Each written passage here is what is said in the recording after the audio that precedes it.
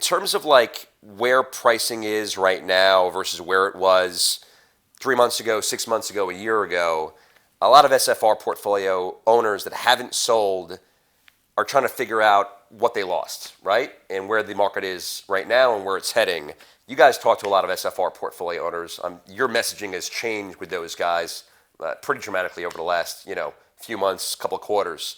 Like, what was the conversation like a year ago, and what does it look like today? I'd say 6 months to a year ago, we talked to a lot of sellers that kind of wanted to see what they could get for their portfolio. So we had to do some vetting on our end to see how legit of a seller they were, because we're throwing some good numbers that are at low cap rates out at them that we could get pretty close to. But if there were circumstances where we got the 95 to 97% of the asking price, and because we didn't get to 100%, they wouldn't sell. We learned a lot through that process, whereas right now we're seeing some different motivation for them in terms of they feel like they've left some money on the table, not selling over the last couple of months. And we've come to see that with the anticipation of a potential recession or continued increase in interest rates, if these portfolio owners are facing some sort of refinance in the next couple of years,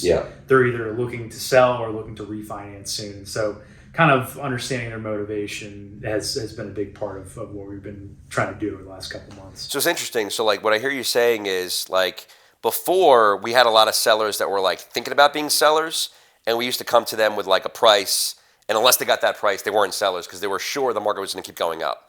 Now it's like the real sellers are the ones that either they're retiring, they want to get out of property management, they want to reduce their risk, or they have a note coming due and they have to refinance, and that's going to take a hit to their cash flow, and they're real sellers. So like right now, I think we're still getting sellers that are just kind of wondering where they could sell at. The people that actually end up selling actually have a tangible motivation for selling. And I think the buyers are getting that message where like, unless a seller has a tangible motivation to sell, buyers don't get really excited about it unless there's like a story behind it. As opposed to before, it's like, just give us a product, we're going to bid on it no matter what. Any thoughts on it, Alan? Yeah, I think, when things were going good, a lot of sellers were just kind of setting some unrealistic expectations. So why should I sell now if in 3 months my values are only going to get higher? Yeah, 5% higher. Exactly. Yeah. So when things are going good, a lot of people aren't expecting anything to stabilize for a while. Yeah. So it's, like Ian said, it's really tough to filter out who's a real buyer and at what price, especially with the market being so hot. I mean, you can't really blame them.